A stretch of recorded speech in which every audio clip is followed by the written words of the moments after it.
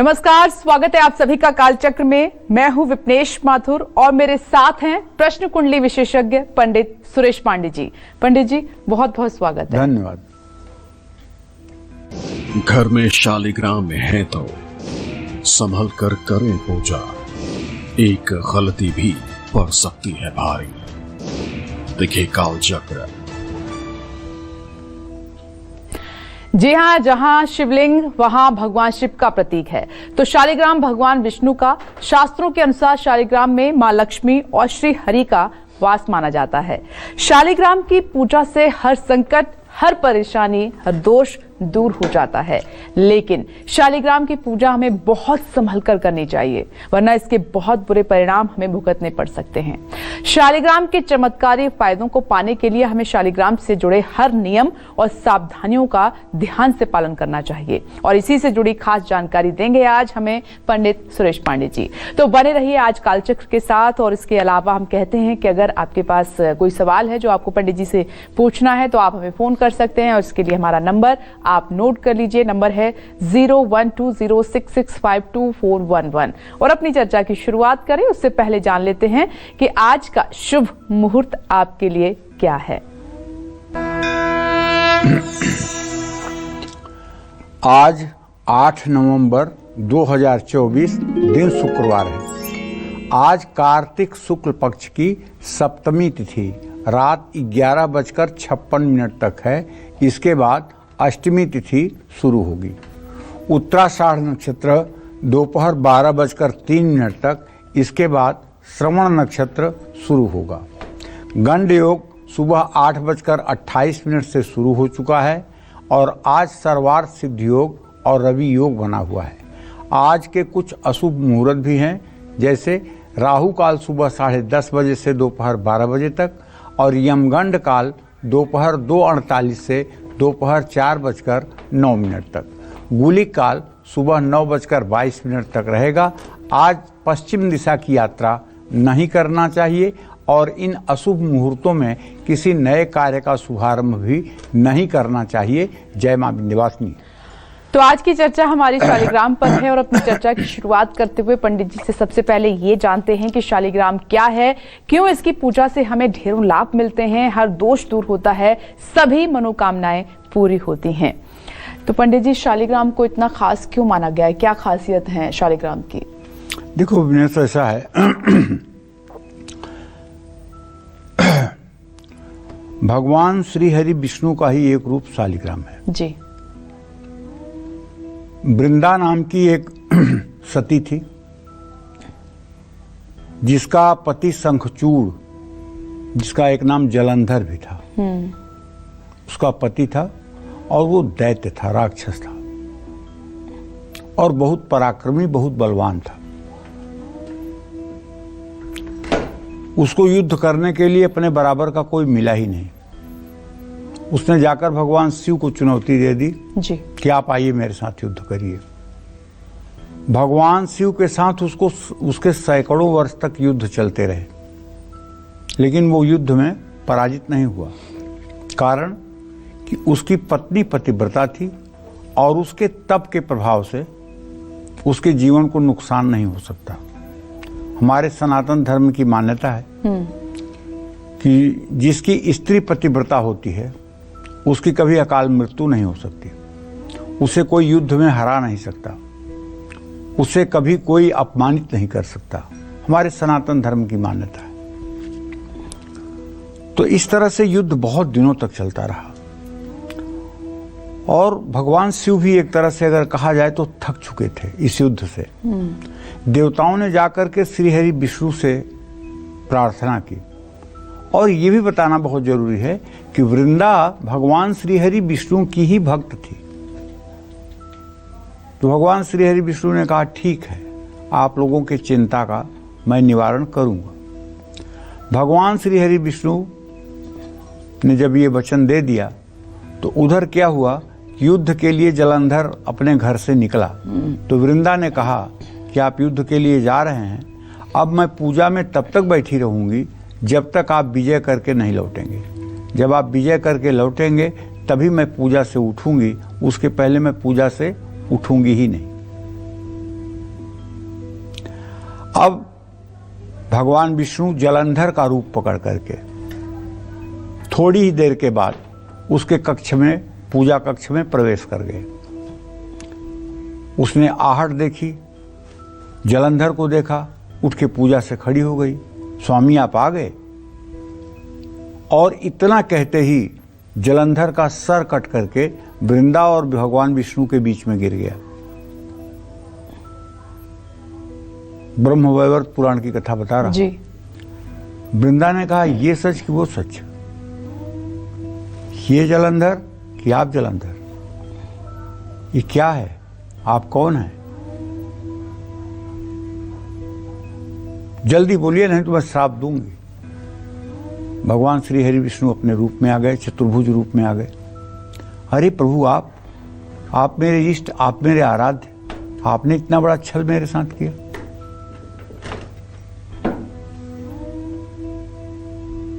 जाइए आप पाषाण हो जाइए। आपके पास अगर इतना हृदय नहीं है कि आप अपने भक्त की मान को रख सकें तो जाइए आप पाषाण हो जाइए। पाषाण माने पत्थर हो जाइए। सारे देवता आए, हाथ बिनती जोड़े वृंदा से कि इस तरह से तुम्हें भगवान को श्राप देना अच्छी बात नहीं है। अगर ये पाषाण हो गए तो फिर सृष्टि का क्या होगा? अब वो सती थी जी, उसका श्राप गलत नहीं हो सकता था।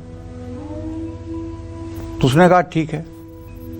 भगवान विष्णु ने कहा तुम मुझसे वरदान मांग लो, मैं स्वीकार करता हूं मैं पाषाण हो जाऊंगा, लेकिन तुम मुझसे वरदान मांग लो।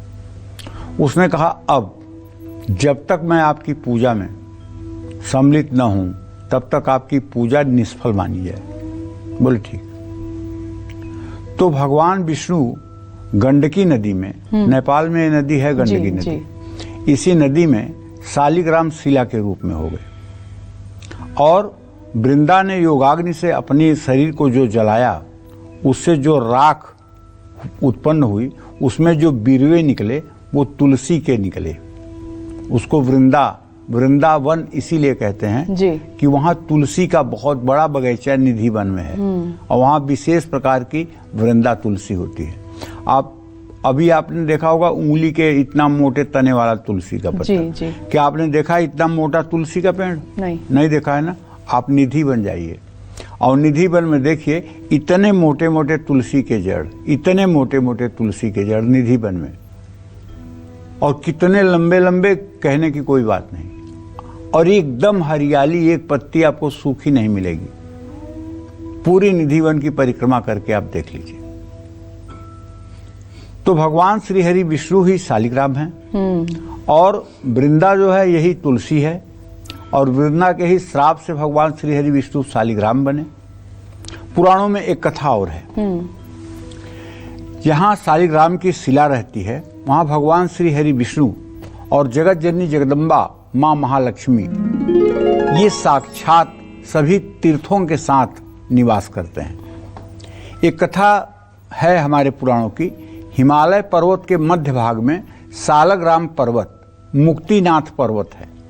यहाँ भगवान विष्णु के गंडस्थल से गंडकी नदी निकलती है। यही गंडकी नदी जाकर के नेपाल से गुजरती है, जिसे मैं बता रहा हूँ कि उसमें यह पत्थर होता है। वहाँ से निकलने वाले पत्थर को शालिग्राम कहते हैं। वहाँ रहने वाले, उस नदी में रहने वाले जो कीड़े होते हैं वो अपने तीखे दांतों से, अब आप सोचिए, शिला को काट काट कर, मतलब पत्थर को काट काट कर उसमें चक्र का निशान, बनमाला का निशान, गाय के खुर का निशान बना देते हैं। भगवान विष्णु सर्वव्यापक होने पर भी शालिग्राम शिला में साक्षात रूप से रहते हैं। और आपने शालिग्राम की शिला जरूर देखी होगी। मैं इसलिए कह रहा हूं कि जो भी व्यक्ति कभी सत्यनारायण भगवान की पूजा किया होगा उसने शालिग्राम की ही पूजा किया होगा, क्योंकि सत्यनारायण भगवान की पूजा में मुख्य रूप से शालिग्राम भगवान की ही पूजा होती है।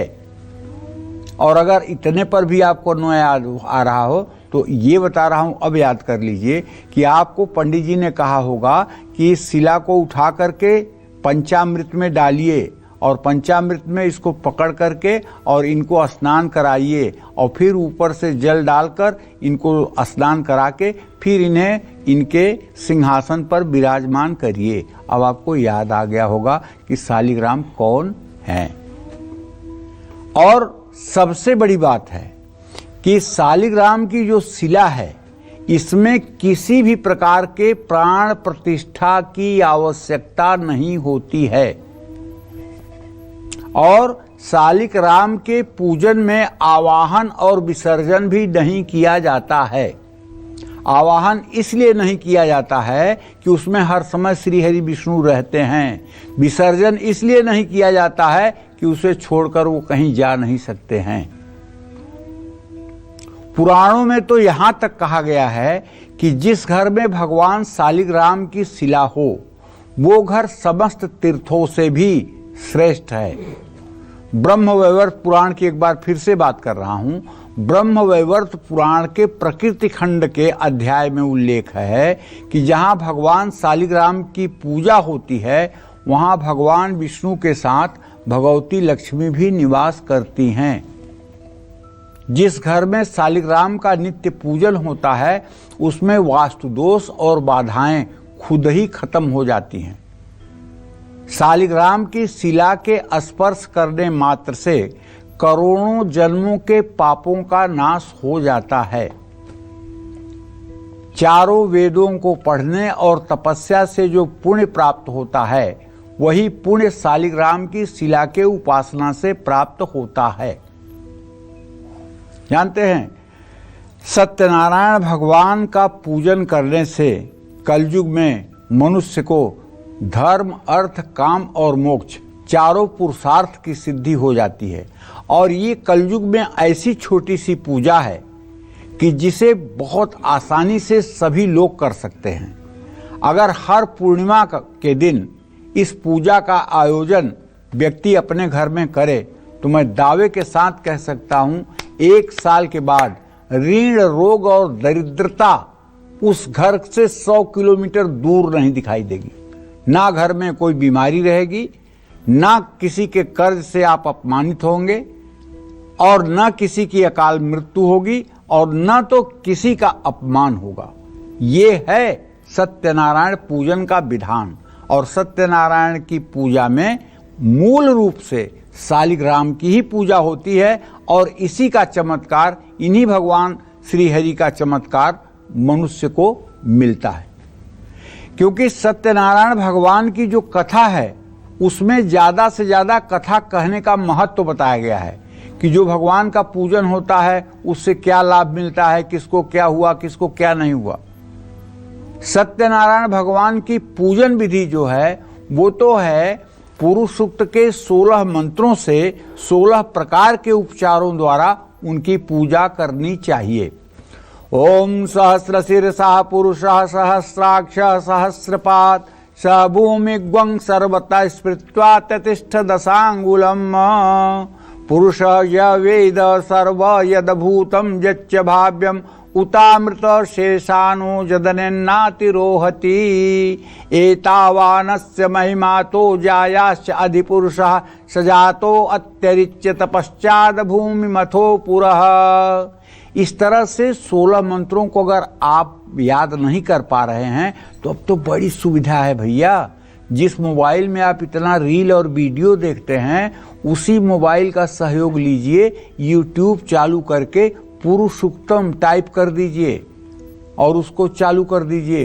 पुरुष सूक्त के 16 मंत्र बजेंगे और आप भगवान की पूजा विधि पूर्वक करते रहिए और धीरे धीरे कोशिश करिए कि उन शब्दों को सुन करके उनको कंठस्थ कर लीजिए, जिससे आपके पास जब मोबाइल न भी रहे तो आप मंत्रों को बोलते हुए पूजा कर पाएं। पहले ये कहाँ सुविधा थी।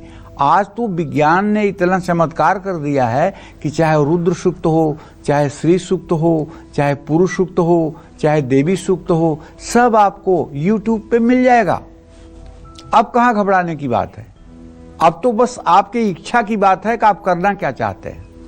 इसलिए घरों में शालिग्राम की शिला होनी चाहिए। हाँ, एक बात बहुत मैंने बचपन से सुना है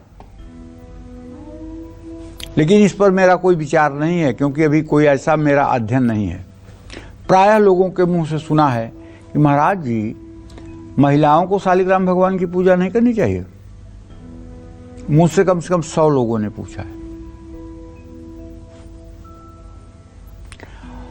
आज तक किसी पुराण में, किसी ग्रंथ में हमने ये नहीं पढ़ा कि महिलाओं को शालिग्राम की पूजा नहीं करनी चाहिए। हमने नहीं पढ़ा है। हाँ, एक परम पूज्य प्रातः स्मरणीय पवित्र कीर्ति संत हैं प्रेमानंद जी महाराज। वो वृंदावन में रहते हैं और साक्षात राधा कृष्ण के स्वरूप हैं। मैं तो उन्हें अपना प्राण स्वरूप ही मानता हूं और मैं अपने जीवन का उन्हें आदर्श भी मानता हूं। वो कहते हैं कि ये स्त्री पुरुष कुछ नहीं है, ये स्त्री पुरुष दोनों पोशाक है। किसी का पुरुष पोशाक है, किसी का स्त्री पोशाक है। अगर इसको अध्यात्म की दृष्टि से देखा जाए तो ईश्वर अंश जीव अविनाशी चेतन अमल सहज सुख राशि, दोनों में एक ही ईश्वर तत्व विराजमान है। दोनों में कोई भिन्नता नहीं है। दोनों में एक ही ईश्वरी तत्व विराजमान है। दोनों में कोई भिन्नता नहीं है। ये पोशाक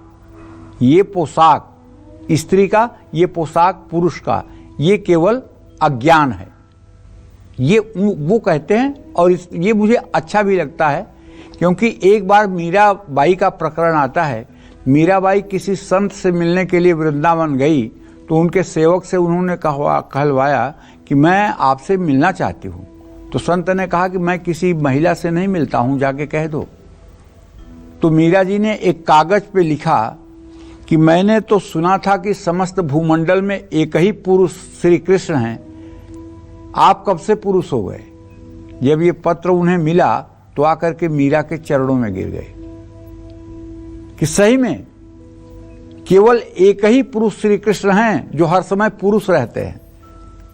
बाकी आपने शिखंडी का नाम सुना होगा, जो पूर्व जन्म में स्त्री था, इस जन्म में पुरुष होकर के पैदा हुआ। ऐसे तमाम उदाहरण हैं जो पुरुष होकर के रहे और स्त्री हो गए, स्त्री थी पुरुष हो गई। तो ऐसे तमाम उदाहरण हैं। लेकिन चूंकि भगवान सनातन हैं, सत्य हैं, और वही एक ऐसे हैं जो सत्य और सनातन हैं। बाकी ब्रह्मा भी बदलते रहते हैं, इंद्र भी बदलते रहते हैं। तो इसलिए अब मुझे क्षमा करिएगा, हो सकता है कि मैं ना पढ़ पाया हूं, हो सकता है मुझे गुरु के चरणों में बैठने का कम मौका मिला हो सकता है मुझे ज्ञान न हो।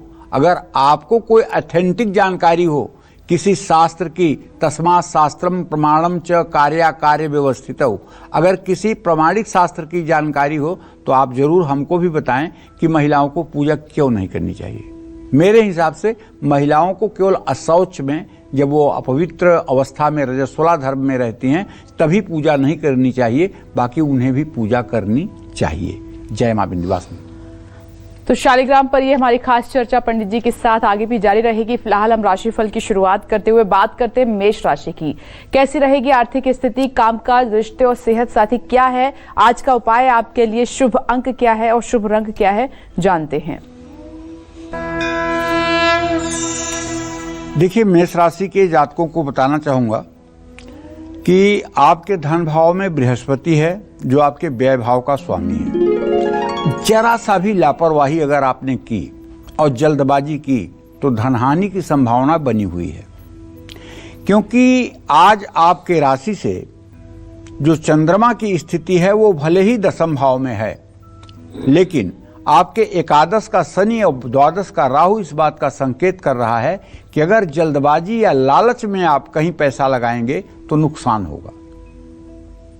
अगर आप नौकरी करते हैं और ऑफिस में कोई आपसे गलती हो रही है तो उसको आपको एक्सेप्ट करने में कोई बुराई नहीं है, और यदि आप पूरे दिन प्रसन्न रहने की कोशिश करेंगे तो निश्चित रूप से आपके रिश्ते अच्छे रहेंगे। नींद न आने की समस्या हो सकती है। जल्दबाजी में चलना आपके लिए चोट चपेट की संभावना को दे सकता है। हो सके तो आज काले कुत्ते को रोटी खिलाइए। शुभ अंक आपके लिए 5 है। शुभ रंग आपके लिए नीला है। जय मां विंध्यवासिनी। और अब बात करते हैं वृषभ राशि की। कैसी रहेगी आर्थिक स्थिति, कामकाज, रिश्ते, सेहत साथी क्या है आज का उपाय आपके लिए, शुभ अंक क्या है और शुभ रंग क्या है, जान लेते हैं।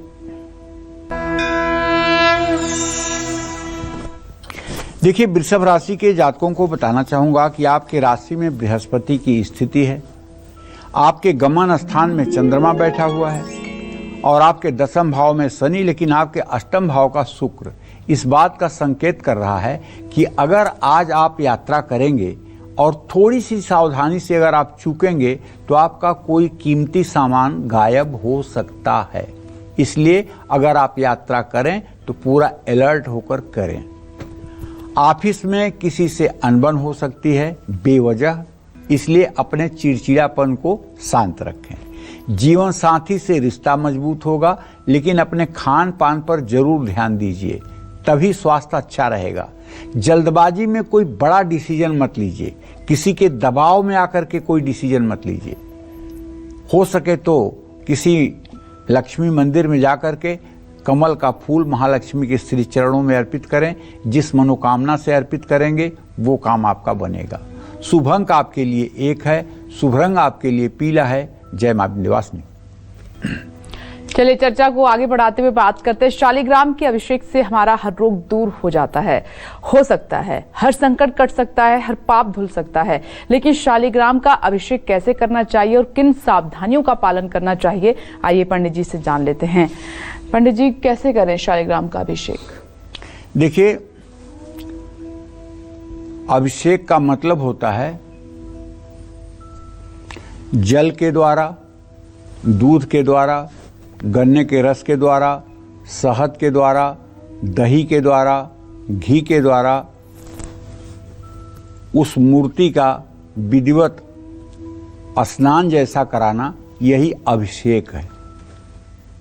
अभिषिक्त करना माने भिगोना, अभिषिक्त करना माने भिगोना, समझ रहे ना? हाँ, तो एक तांबे की कटोरी या प्लेट में तुलसी रखकर उस पर शालिग्राम की शिला को रख दें। फिर दक्षिणावर्ती शंख में जल भरकर घंटी बजाते हुए, या घंटी न बजाएं, कोई शंख बजाता रहे, श्री विष्णवे नमः या ओम नमो भगवते वासुदेवाय या ओम नमो नारायणाय नमः या पुरुष सूक्त के 16 मंत्रों को बोलते हुए ओम सहस्र शीर्षा पुरुष सहस्राक्ष सहस्रपाद स भूमि गोंग सर्वतस्पित्वातिष्ठसांगुलम, और दक्षिणावर्ती शंख से जल की धारा शालिग्राम की शिला पर गिरती रहे। जब जल समाप्त हो जाए तो उसमें दूध भर करके आप इसी तरह से फिर पुरुष सूक्त के मंत्रों को YouTube पे चलाते हुए फिर अभिषेक करिए गाय के दूध से। फिर अगर गन्ने का रस मिल जाए तो उससे अभिषेक कर दीजिए। आपके घर से सदा सर्वदा के लिए दरिद्र भाग जाएगा, ये गारंटी मेरी है। इसके बाद अगर घर में बीमारी है तो शहद शंख में डाल करके उससे अभिषेक करिए। अगर घर में किसी को चर्म रोग है तो दही डाल करके उससे अभिषेक करिए। घर में अगर किसी का चेहरा काला पड़ रहा है, सन बर्न हो रहा है, पूरी शरीर जो है अच्छे कलर की है लेकिन चेहरा काला पड़ रहा है, तो गाय के पिघले हुए घी से अभिषेक करके देखिए। ये चमत्कार आप देखिए कैसे बदलता है जीवन। तो अभिषेक करने के बाद शुद्ध जल से अभिषेक करिए। अब इसी सारे काम को पंडित जी लोग क्या करते हैं सत्यनारायण भगवान की पूजा कराने में, ये अभिषेक न करा करके, अक्सर लोग अभिषेक नहीं कराते हैं। मैंने भी बहुत कथा कही है, लेकिन अभिषेक तो मैं भी बचपन में नहीं कराता था, या ये कह लीजिए कि उस समय 15-16 साल की उम्र थी, इतना हमको ज्ञान नहीं था। जैसा परंपरागत पंडिताई देखते थे वैसा ही हमने भी कराया था। मैं नहीं कह रहा हूँ मैंने कराया था, मैंने भी नहीं कराया था। तो क्या करते थे उस समय हम लोग, भगवान शालिग्राम को जजमान के हाथ में उठाने के लिए कहते थे और जजमान से कहते थे कि जिस कलश में पंचामृत बना हुआ रखा हुआ है, जिसमें जल होता था, दूध होता था, शहद होता था, दही होता था, घी होता था और ये सारी चीज़ें, उसको पंचामृत कहते थे। और उसी में शालिग्राम को हाथ से पकड़ करके और उनको मतलब कि थोड़ा सा स्नान करा के और फिर शुद्ध जल से धो करके फिर सिंहासन पर विराजमान करके उनको कलावा, जनेऊ ये सब चीज़ें पहनाकर, पीले वस्त्र चढ़ा करके उनकी पूजा करवाते थे। लेकिन अगर अब सामर्थ्य है तो ये अभिषेक अगर आप पीतल या कांसे की थाली में शालिग्राम की शिला रख करके करें तो मैं दावे के साथ कह सकता हूँ जिस भी प्रयोजन से आप ये पूजा करेंगे वो प्रयोजन आपका जरूर सिद्ध होगा। क्योंकि कलयुग में शालिग्राम ही ऐसे भगवान हैं जिनकी प्राण प्रतिष्ठा करने की जरूरत नहीं है। ये स्वयं प्रतिष्ठित हैं और हर समय विद्यमान है। और उसके बाद अगर हो सके तो जो उनको स्नान कराने वाला जल होता है बाद में उसमें थोड़ा सा चंदन का इत्र डाल दीजिए, या सफ़ेद चंदन घिस करके, मलयागिर चंदन हो तो उसे घिस करके डाल दीजिए, ये और भी उत्तम है। तो शालिग्राम के शिला के स्नान का जो जल होता है ये अष्टांग जल कहलाता है। स्नान के जल को यदि श्रद्धापूर्वक ग्रहण किया जाए, माने पिया जाए, तो मनुष्य को न तो कोई रोग होगा और न अकाल मृत्यु होगी। शालिग्राम के जल के पीने से अकाल मृत्यु और अपमृत्यु का भी नाश हो जाता है। और इस जल को अपने ऊपर से तीर्थ छिड़कने से तीर्थ में स्नान का फल मिलता है।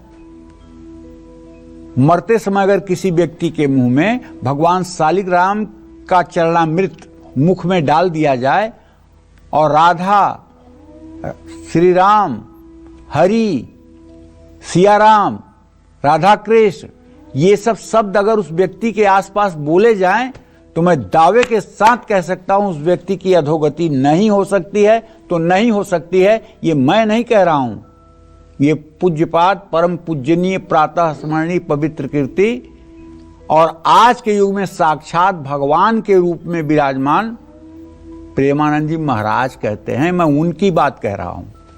यदि किसी के अंतिम समय में भगवान के नाम का उच्चारण किया जाए, भगवान के नामों का कीर्तन किया जाए तो उस जीव की अधोगति नहीं होती और वो भगवान श्री हरि के चरणों में लीन हो जाता है। और इस जल को पीने से मनुष्य के सभी पाप दूर हो जाते हैं और पुनर्जन्म नहीं होता है। जय मां विंध्यवासिनी। हम आगे बढ़ते हैं और मिथुन राशि की बात कर लेते हैं। आज का दिन आपका कैसे रहने वाला है जानते हैं। मिथुन राशि के जातकों को बताना चाहूंगा कि आपके धन भाव में नीच राशि का मंगल विराजमान है, लेकिन आपके दशम भाव का स्वामी बृहस्पति द्वादश भाव में है। अच्छी बात ये लग रही है मुझे कि शनिदेव आपके भाग्य स्थान में है। अगर आप कोई नया कारोबार कर रहे हैं तो उसमें तेजी की संभावना मुझे दिखाई दे रही है और नई नौकरी के लिए आपको बुलावा भी आ सकता है। पारिवारिक विवाद खत्म होंगे, मौसमी बीमारियों से स्वास्थ्य बिगड़ेगा। अनजाने से बात साझा ना करें, माता पिता का आशीर्वाद लें। शुभ अंक आपके लिए 6 है, शुभ रंग आपके लिए सफेद है। जय मां विंध्यवासिनी। आगे बढ़ते हुए बात करते हैं हम कर्क राशि की। जानते हैं कि आज आपका भाग्य कितना साथ देगा।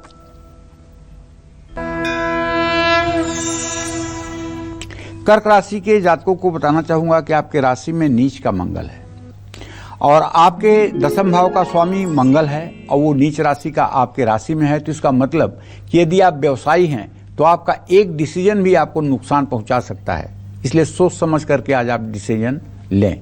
ऑफिस में आज आपको नौकरी करते हैं तो नई जिम्मेदारियां मिल सकती हैं। दाम्पत्य जीवन में मतभेद हो सकता है। स्वास्थ्य ठीक रहेगा। रोजाना प्राणायाम करें, किसी से वाद विवाद न करें, पंछियों को दाना डालें। शुभ अंक आपके लिए 2 है, शुभ रंग आपके लिए सुनहरा है। जय मां विंध्यवासिनी। शालिग्राम को कहां स्थापित करने से हमारे बिगड़े काम बन सकते हैं? शालिग्राम की कैसे पूजा करने से हमारी खाली जेब पैसों से भर सकती है? शालिग्राम पर क्या अर्पित करने से हमारी जल्दी शादी हो सकती है? शालिग्राम के कौन से उपाय पूरी करेंगे हमारी हर मनोकामना? ये बताएंगे पंडित जी इस छोटे से ब्रेक के बाद। आप बने रहिए और देखते रहिए कालचक्र।